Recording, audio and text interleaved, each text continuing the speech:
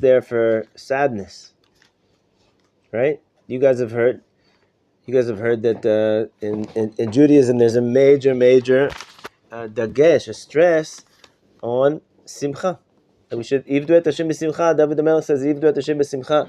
We have in the Chumash the two times when we have the curses la'aleinu. Hashem says in Dvarim, he says all these things are going to come upon us. Why? Tachat asher lo abadet et Hashem Elokecha b'simcha. Since you didn't serve Hashem with simcha, right? And it's an amazing thing. We have a Gemara that says that one of the Amoraim was in the shuk and he used to have Gilui Eliyahu. The Eliyahu Navi used to come to him and teach him every day. And so Eliyahu asked him, he said, "Who do you think here are the Bnei Olam Haba? Is anybody in the shuk that's a Bnei Olam Haba that for sure have Olam Haba?" So yeah, these two jokesters. There was two jokesters that their hobby was to go around being misameach people. I don't know if they were comedians. I don't know what, but a lot of the Sfarim talk about it. The people that are besimcha, right? Then we have another pasuk that we say every morning. Oz v'chedva b'imkomo. And Hashem's place is strength and chedva, joy. Right? One of the meaning if there's how the Tanya explained, another explained that if we want a place that the Shekhinah can dwell on us, it has to be b'simcha, only b'simcha. And what was the last thing I was thinking of? I just barachli. The Rambam talks about how important it is to serve Hashem with joy. And as a matter of fact, he says that, and one of the Tanaim, one of the conditions of being a prophet, to have prophecy, is that a person has to be b'simcha, right? So, what place is there for sadness? Rabbi Nachman says a line that it can be actually frustrating if we don't understand it in the proper context. He says you have to push away sadness all the time. Push away sadness. Why sadness, depression, they're dangerous. Matter of fact, Rabbi Nachman says that all illness. This is interesting. All illnesses come from sadness. That their source comes from sadness. What does the Rambam say? They come from overeating, right? But maybe those two are connected somehow, right? So, but what do you? My problem when you guys have a problem when you hear that? Does it bother you? Because it makes it sound easy. Makes it sound easy, yeah. Be b'simcha. Okay, shkoyach. I always say shkoyach, but I'm not. So what do you want from my life? How am I supposed to be b'simcha if I'm not b'simcha? And you tell me I'm never allowed to be sad, right? You have to push away the language of Rabbi Nachman is very strong, but we could bring 50 sources and all the different. You have to push away sadness. What does that mean? I'm not supposed to feel. If I have a feeling, I'm supposed to deal with my feeling. I'm a therapist. In therapy, the name of the game is let's go. What are you feeling? The feelings, we follow the feelings. The feelings is the way home. That's how we get to health, right? So matter of fact, one of the most unhealthy things that you can do is by denying your feelings. When you deny your feelings, that's when that itself becomes an illness, because we're running away from some type of negative feelings that we don't want to be experiencing, and we develop a lifestyle that we're so avoidant of those that we end up cutting off a part of ourselves. You're not really healthy if you're not giving expression to all the different parts of yourself. So what if I'm sad? Is there a place for me? Can I be a Jew? Can I serve God? Can I be close to God if I've got sadness? And the answer is absolutely. Absolutely. But the recipe that the tzaddikim gave is that for 23 hours of the day, we fight for simcha. We push for simcha. Just like if you're in a battle. If it comes down to that, so to speak. Right? Meaning we do everything in our power to be a person who's positive, who's optimistic, who's joyful, who's smiling, who's not to deny any other feelings that we have, but for 23 hours a day, that's my job. I'm pushing for that. I'm striving for that. I might be very far. It might take me 20 years to get there, but that's what I'm striving for. And then 1 hour a day, says Rabbi Nachman, that you open up all of your raw emotions, whatever you're feeling, and you pour them out. Exactly what they are. You don't deny them. You give them a voice. You speak them out exactly what they are, and you deal with them, and you work on whatever it is that you're working on. If you don't have a place where you do that, you can never really be besimcha. You can never really achieve joy, because all the time you feel bubbling emotions that are not getting a voice. You understand, right? So there's a place where we channel and we open up all the different places inside of us that are feeling broken, that are feeling sad, that are feeling all the emotions that we don't want to be overtaking our life and that to be running our life. But we do give them an absolute. We respect them. We give them their place. And the rest of the day, we try our best to be besimcha. Right? Simcha is an amazing, amazing. It's an amazing gift when a person works on their simcha and they push for simcha and they're able to get a little bit in their life, however much they're able to get. And it's a whole world of working for simcha. I have a friend that he always used to tell me, Micha titgaber lesimcha, overcome for simcha, meaning push for simcha, right? I have another friend that if he catches me on Shabbos morning, if I'm feeling a little bit sad or whatever, and I'm in shul, and he comes and he looks at me and he says, Micha tizaher, be careful, it's dangerous to be sad. No, it doesn't mean that Khalila to deny our feelings. Like I said, we have to give them their place. The more we do, if we ever don't give all of our emotions a place, we become sick, right? But we have to understand that that's the ratio, 23 hours to 1 hour, right? Most of our life we want to be besimcha, and that's the way we have to do it. Now let's listen to Rav Kook. How does this have to do with tshuva? Me'od tzrichim lizayer min ha'atzvut. A person has to be very careful from atzvut, from sadness. Matter of fact, I would say, I would tweak that a little bit, and I would say that, not Rav Kook's words, but how we just translated it. When most of the Sfarim talk about sadness, they don't mean the acute emotion of sadness, right? If Khalila, a person lost their wallet, at that moment, they're sad, right? Besides all the worry and etc., they're sad at that moment, right? If you hear a story in the news, you feel sad. It's the actual emotion of sadness, as opposed to depression. Depression is when it kind of takes over our life, and it's and our general demeanor is note. It's what do you call it? How do you say note? Leaning towards, inclined towards sad. The tone is sad. The nigun is sad. The affect is sad. The thoughts are sad. The optimism is gone. Right. The hope is gone. Right. So I think when most of the Sfarim talk about atzvut, that's what they're talking about. They're talking about a chronic sadness. Because the reason why I can take the liberty to say that is because the tzaddikim knew how to cry. Right. Matter of fact, halavai that we had access to our emotions like the tzaddikim. They said when Rav Kook would go do a shiva call, if someone was sitting shiva lo aleinu, so he would sit on the floor next to them and he would just cry. Who can do that? Who has access to their tears like that? There's a tzaddik I know here in Eretz Yisrael that he's a Baal Bechi. Yom Kippur starts. He has a bag next to him and tissues, and literally he fills up the entire bag throughout Yom Kippur. He's just crying, weeping like a baby. It's amazing. I don't know the last time you guys have seen a baby weep, but they know how to cry, right? We feel exactly what they feel, but at a certain point they told us, you're not allowed to cry. Boys don't cry. Whatever it is, right? Tough it up. Suck it up. Walk it off. Everything that they tell us, you're not allowed to feel your emotions, right?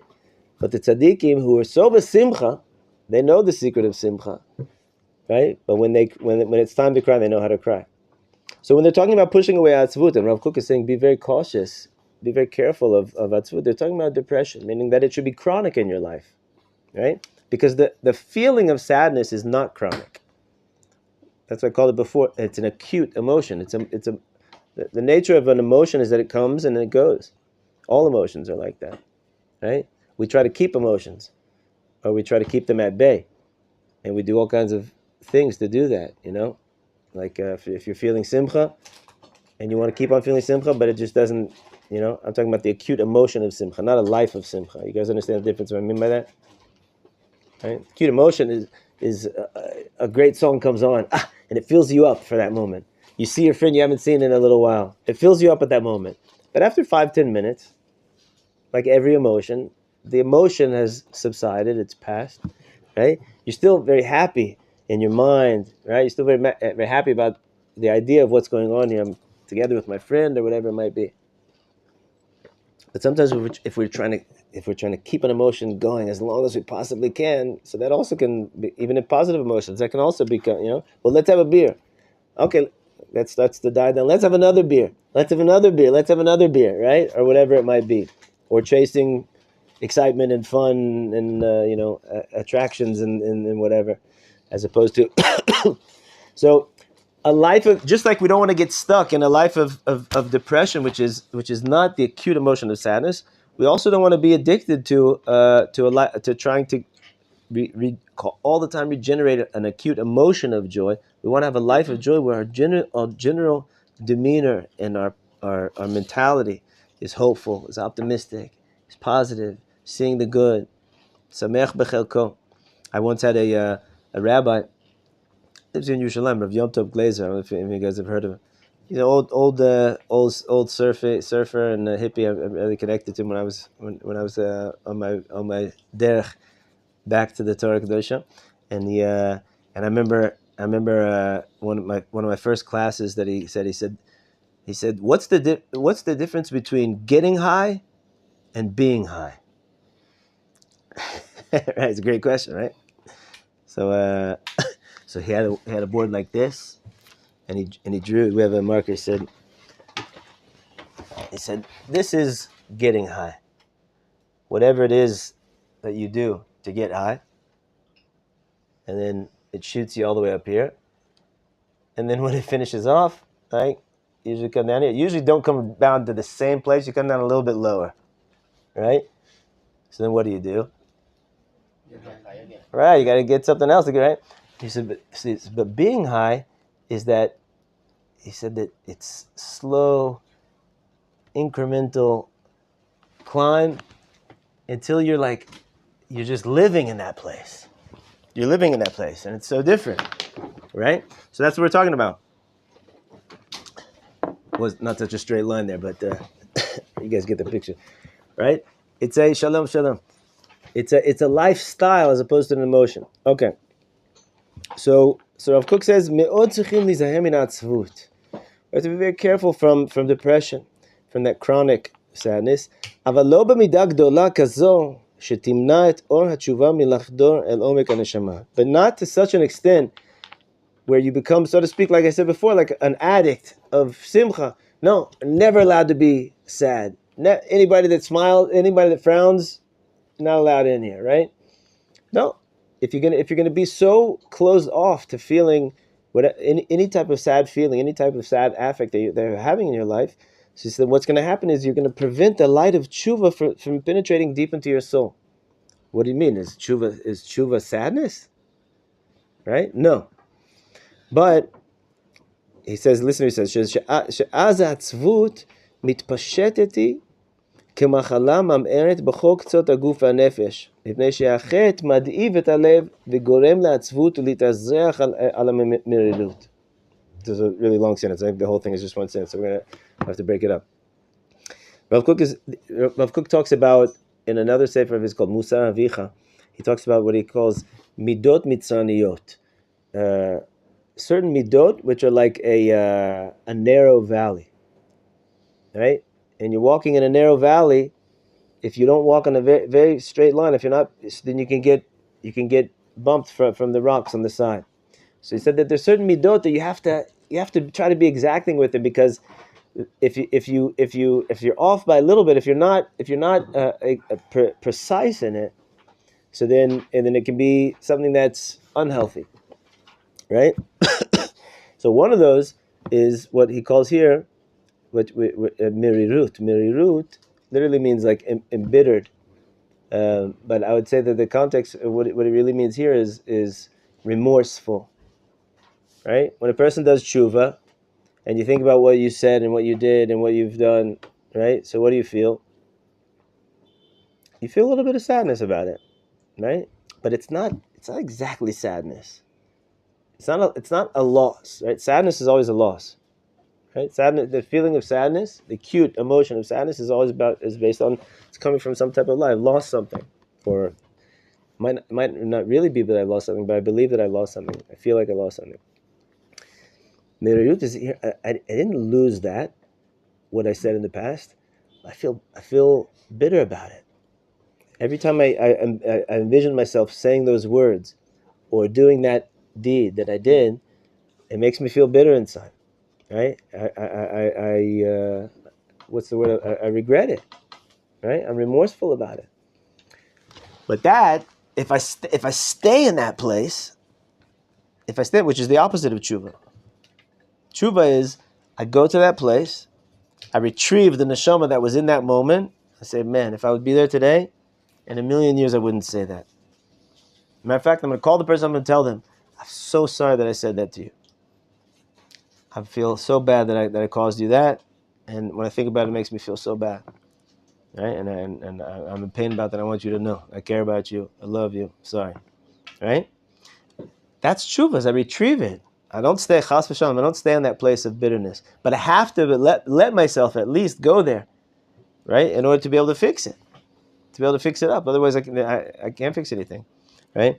So that's what Rav Kook says. He says we have to be very, very cautious of atzvut, but not to such an extent that it closes our door for doing tshuva, right? Because we have to allow ourselves to go into that place of tshuva, which seems like sadness. It seems like depression, right? If you walk into a shul on Simchas Torah, and you're an alien, you don't know anything, and you see, so this is nice. I like this. I like what's going on over here. If you walk in on Yom Kippur, you might say this is not for me, right? Certainly you walk in on Tisha B'av, right? It says in the Mishnah that Yom Kippur is the happiest day of the year. Happiest day of the year, right? I told you guys once that I saw a book in America, Judaism for Dummies or something like that, and it said that Yom Kippur is the saddest day of the year, right? Sad and solemn, and I was like, this is they don't know what's written in the Mishnah. Maybe that's in the Judaism, the version 2, the updated version. I don't know, but the point is that Rav Kook says, what happens if you don't give yourself that opening to tshuva? But you're so set, you're so dead set that I have to be besimcha. I'm never going to be sad. You push it so much that you close yourself off legamre to that. What happens is you never can really do tshuva on the past. You can never really fix any past things. And then what happens is that sadness and depression start to spread through a person's body like an infection, like gangrene, taking over the entire body, all the different parts of the body and the soul. Why? Because like we learned before, the true cause of sadness in a person's life is sin. Sin doesn't mean, we don't like that word in English, you guys know, but misguided, off target, not in balance, not connected to himself and to God, right? That's what chet means. That's what causes sadness in the world. It's not because I don't know, because Biden or Trump is going to win, or you can feel sad about that, but that's not the real. Right. So if I never allow myself to do tshuva, so I never am able to fix that sin and to bring myself back into balance, and then that place inside of that place of sin inside of me, it starts to spread. That sadness that I have in a little place in my life, it starts to spread to all the parts of my life, into my mentality, to all my midot, etc. And it causes depression, sadness, to take hold of, or to take ownership. That's not the exact translation. Over your mirirut, your midah of bitterness, of remorse, of regret, which is necessary. It's important. It's a super valuable thing to experience. But now sadness takes that over, and you can't make the distinction between the two of them. Right? Right, you guys get it, because for each one of the midot, there's a very fine line between just that raw midah and doing it in experiencing that in a holy way and experiencing it in an unholy way, right? If you look at I don't know, a concert and everybody's dancing and people are going wild, they look like they're having tremendous joy. If you look at advertisements of whatever, and people they look like they're having the time of their life, right? And if you look at the dancing on Simcha store, there it looks like they're also having the time of their life. This is Simcha and this is Simcha. What's the difference? But it's very, very different. It's very, very different. Just like here, when he's at that same level, this looks like a high and this looks like a high. I'm at the same place, feeling the same joy, but it's totally different. It's totally different when it's real, when it's connected to Kedusha, and when it's not. Right? And so too, on the other emotions, not the joyful emotions, remorse, regret, embitterment, right?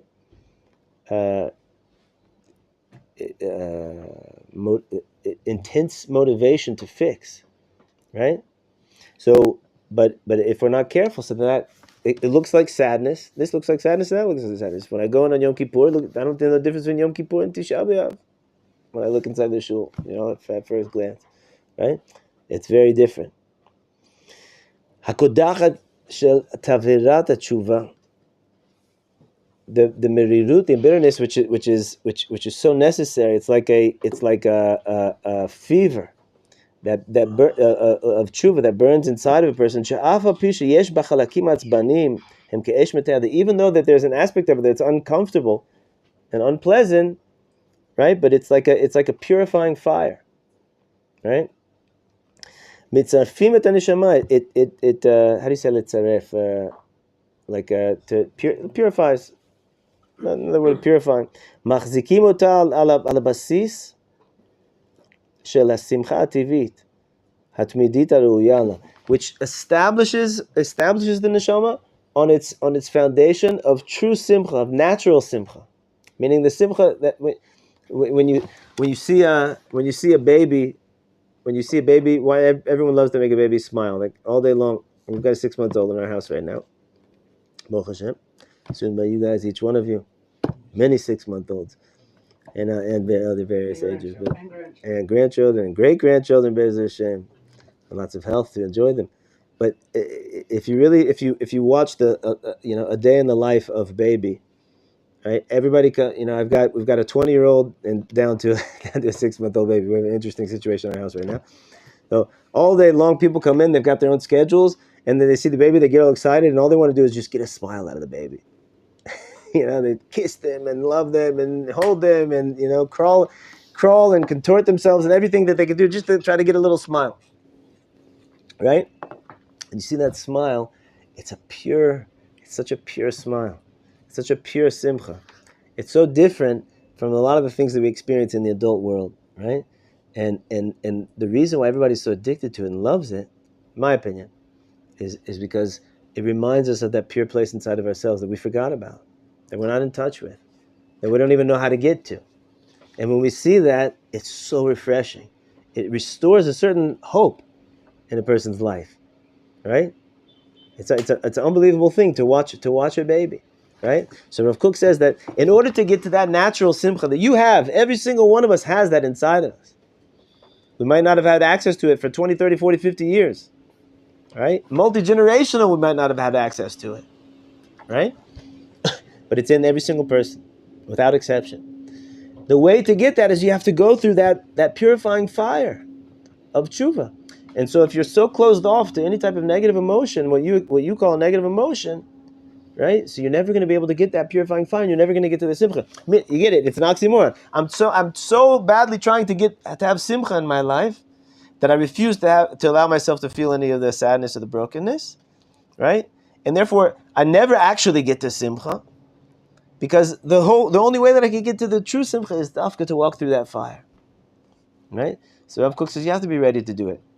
So when it comes Rosh Chodesh Elul, and everybody starts talking about tshuva, and everybody goes, "Oh gosh, I don't know if I could do it. It feels heavy for me."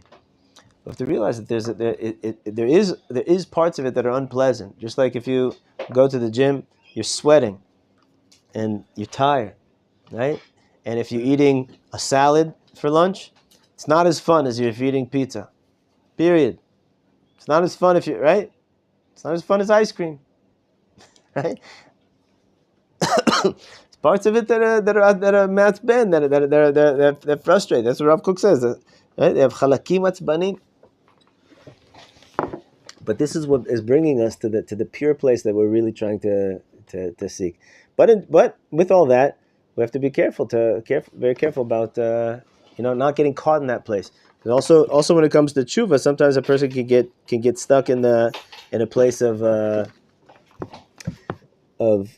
he's always doing tshuva, but he's never allowing himself to actually feel the simcha, right?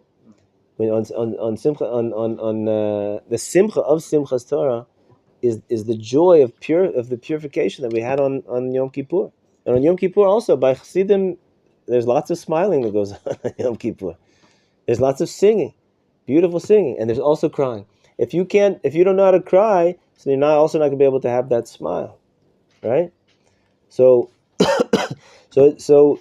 Lamaisa, there's a path that we have to. Each one of us has to learn how relearn the path of being in touch with everything that we're feeling. Go down that road, feel it, but also to lidayek it, to be precise about it. A lot of times, when we go into our emotional world, the emotions can kind of take over, and we're feeling it, so we feel like we have to just let it happen.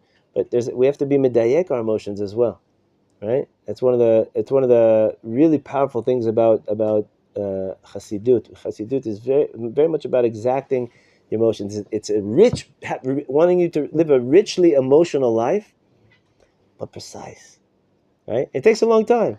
We shouldn't feel bad that we're not there, because the whole world is an emotional balagan, I would say, right? So it takes a long time to tweak it. What's with let's say, if a person really having a hard time finding the simcha that we're talking about, well, would it be better if you do like the fake it till you make it? That's a great question. Great question. What do you guys say? Is it good to fake it until you make it, or only sincere? Then it's good to. A smile makes a person happy. It's contagious. When you smile, it's like your nerves. I don't know the science. You probably know, but like, yeah, absolutely. You put a smile on. Absolutely. You're gonna just send happy signals to your brain. Absolutely. So Absolutely. It works. Happy, you guys know that about with the plants and how they used to play music. Just like 40 years ago, they played like positive, happy music to plants, and the plants, they gave plants all the nutrients they needed, and the plants did great. They were like growing and everything, and then in another set of plants they played them like like death metal, and think about that name, golly, it feels like a bad word, death metal, right? But right, but no offense to anybody who likes that stuff, but right, maybe there's some positivity there. I don't know, maybe death because it's like a rebirth. But they played them anyway. Other kinds of music, we don't have to say which kinds of music, and like the plants died. They died, and they were getting the same nutrients. This was something that was done several times, a famous thing back in the 80s, or in the 90s, I think. But so there's definitely a place for fake it till you make it, and that's exactly what we're saying. Titkaber l'simcha, overcome b'simcha. Push yourself to smile. The Gemara says that you should the Mishnah says that you should mekabel kol adam b'sever panim yafot. Every person that you greet, you should greet them with it's hard to translate that word, a pleasant countenance. But what the Mefarshim says, sever panim yafot. Sever is from the word svara, to have an idea, right? That even if I'm not really happy to see you, because I'm stuck in my own stuff or whatever at this moment, but I want you to feel that I'm happy to see you. Shata tisbor, that you have a svara, that you have to say, well, Micha's really happy to see me. Right? Even if I got my own stuff going on. Right? What's the secret of that? I'm thinking about you. I'm not thinking about me at that moment. I want you to have a feeling. It's not about me and just spilling my emotions out onto the world. There's a svarim that says that if a person walks outside and walks in public with a heavy, downtrodden face, so they said he has the din of a bor b'reshut harabim. If a person digs a pit in the outside in the public place and people fall in it and get hurt, so he's responsible, the person that dug the pit. So if I walk around with a bitter face, a sad face, and people are going to fall into my sadness, right? I'm responsible for that, right? So, but also for ourselves. I'll tell you guys that my wife and I once went, in our family, we were going through a really hard time once. and we were feeling the depth of sadness on a particular day. Like, I mean, you if you would have walked into our house, I don't, I don't know how many people could. It was intense, the intense sadness. My wife was in the kitchen, I was on the couch, and I went into the kitchen. I said, if we're not besimcha right now, I feel like I'm gonna die. We're gonna do something right right this minute. I put on some music, we danced. We were feeling the depth of sadness at that moment, right? So it helped a little bit, right? So you definitely have to fake it until you make it. But if a person finds that they're fighting a lot of chronic sadness and depression, so you have to find someone to help you find the path out of that.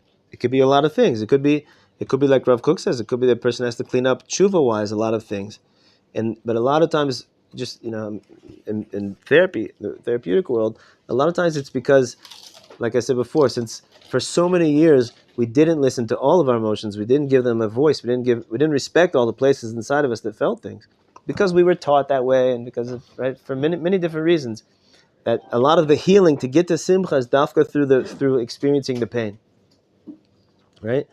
And like a person could be holding on to some piece of pain for many years, and it's something that he needed to cry about, right? And because he never let himself cry about it, he's always has a certain tension and a pain and a sadness that he's keeping at bay, but it's affecting everything, and it doesn't allow him to really be besimcha. And if he just gives himself permission to cry about it and to feel it, to experience it, right? Mourn. Sometimes people, have family members that they never mourned properly, right? Or parts of their own life that they never mourned properly. Mourning is not about being sad. Mourning is about feeling the emotion of the loss of what it is, and then you can go on with your life as a healthy person. I could relate to that because when my father was before my mother, I didn't have the overwhelming sorrow that I expected. When my son was murdered, that really hit me. But when my parents passed away, I was sad, but I wasn't. I mean, I did cry, but it wasn't. Right. It was a one time, 2 time thing. Not like Right. with my son when I was. Right. And sometimes what happens is if a person has a backlog of tears that they never let themselves, or they just didn't have access to for whatever reason. It's not, when I say didn't let themselves, I don't mean like the person is guilty for why did you stop yourself from crying.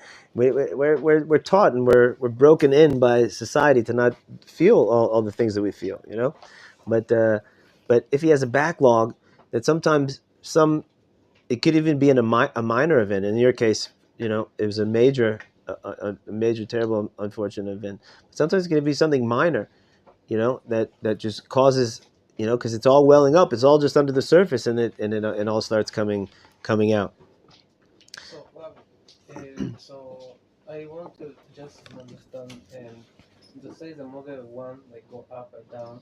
It is when people try to search the same cup for his own ego, not for sake of other people. Like try to pursue for his own, for their own, like they want to just be happy.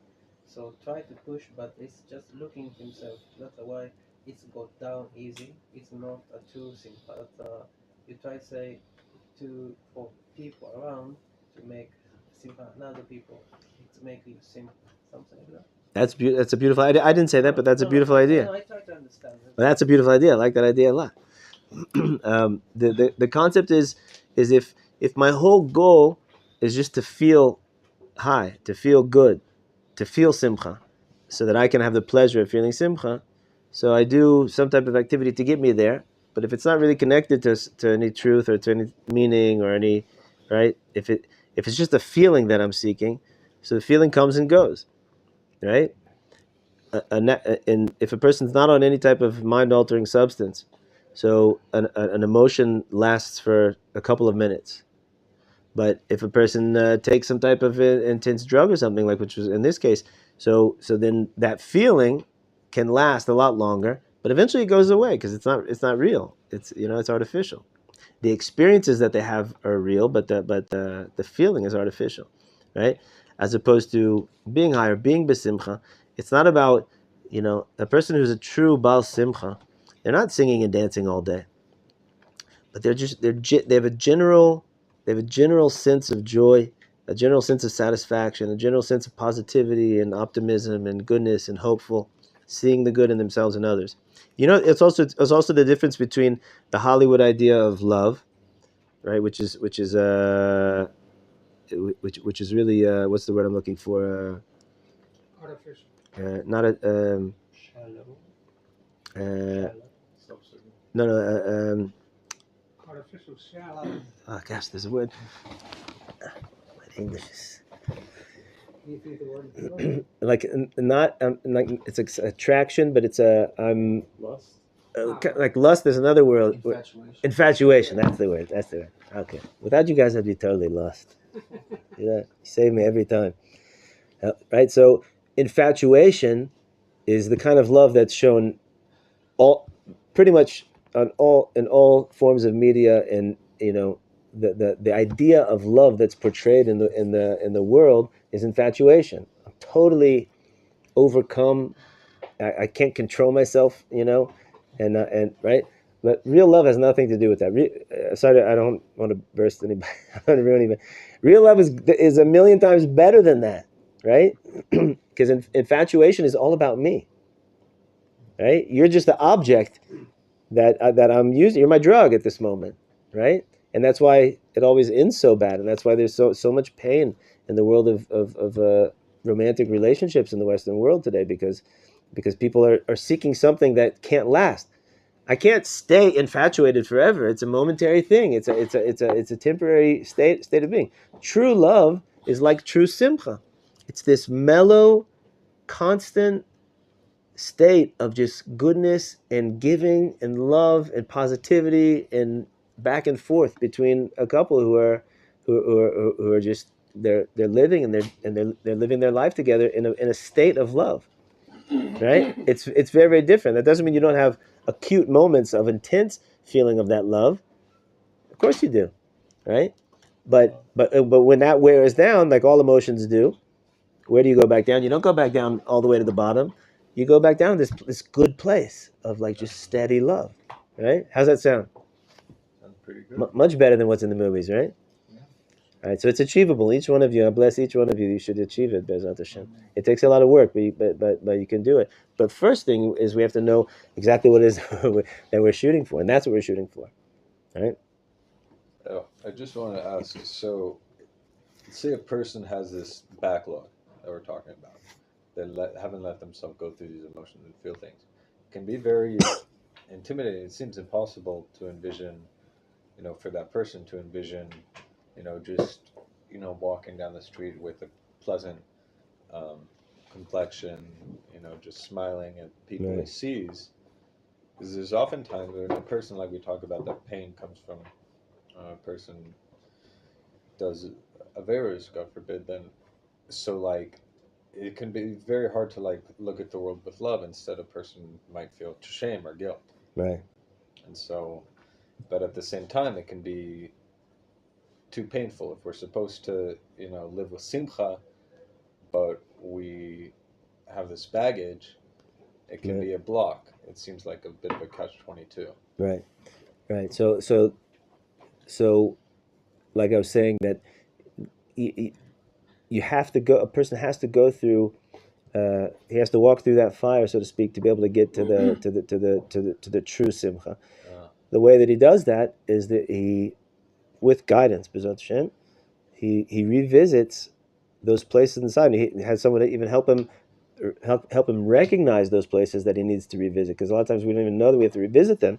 Right? It's like trauma work, right? Trauma. A person today, almost everybody has some kind of trauma, right?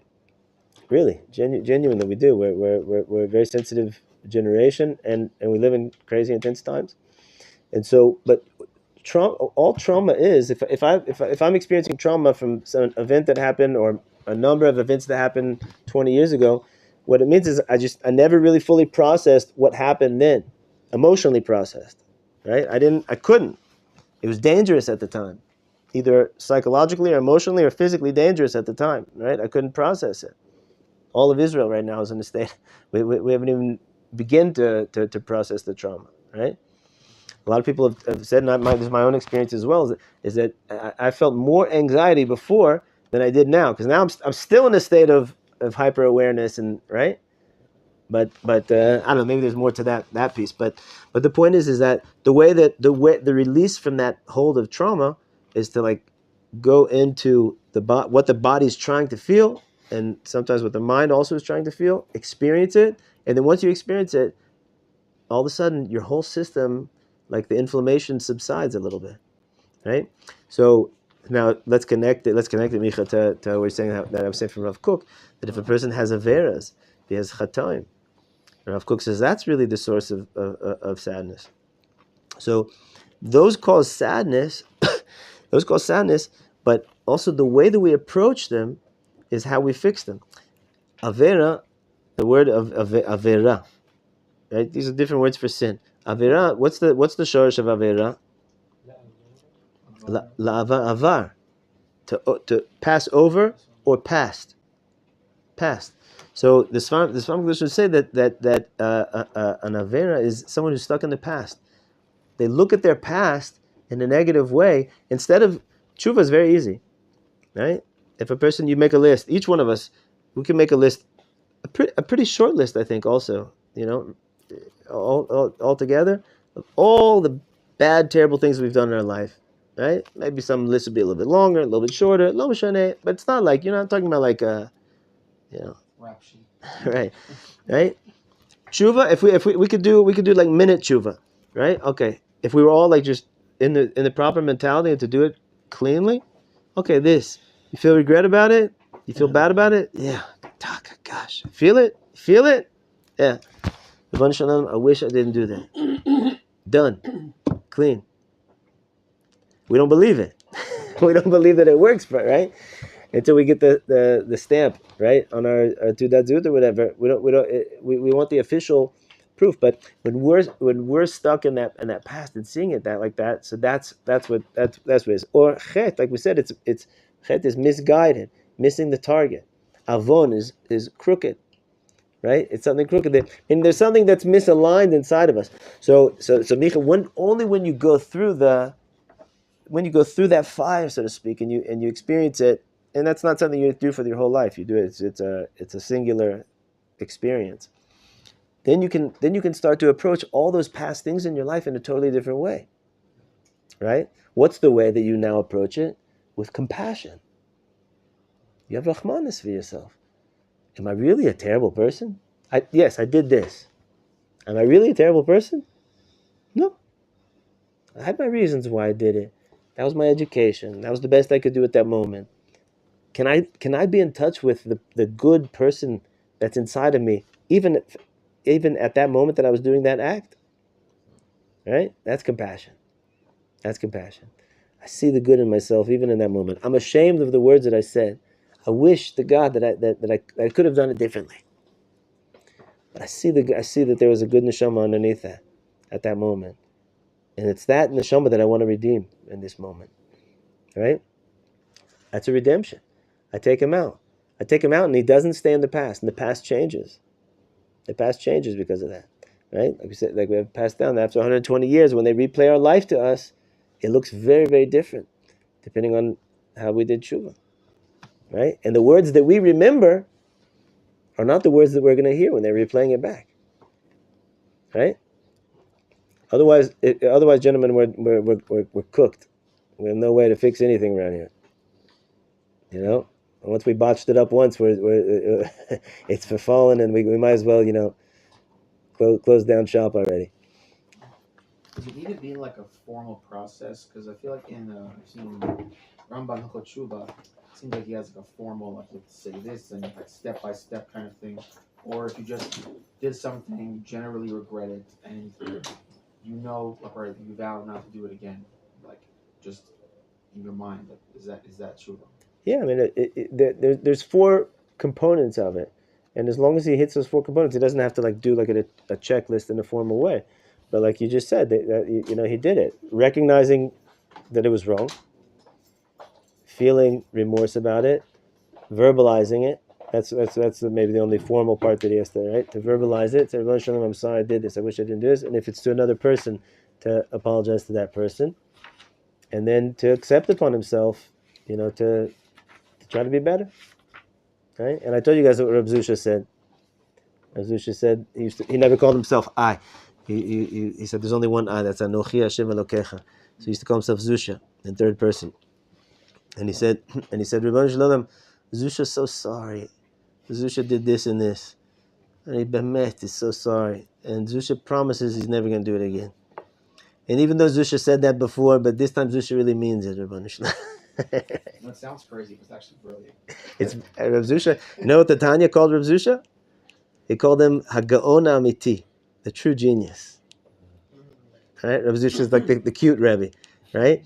But he's one of the few that actually gave a haskama,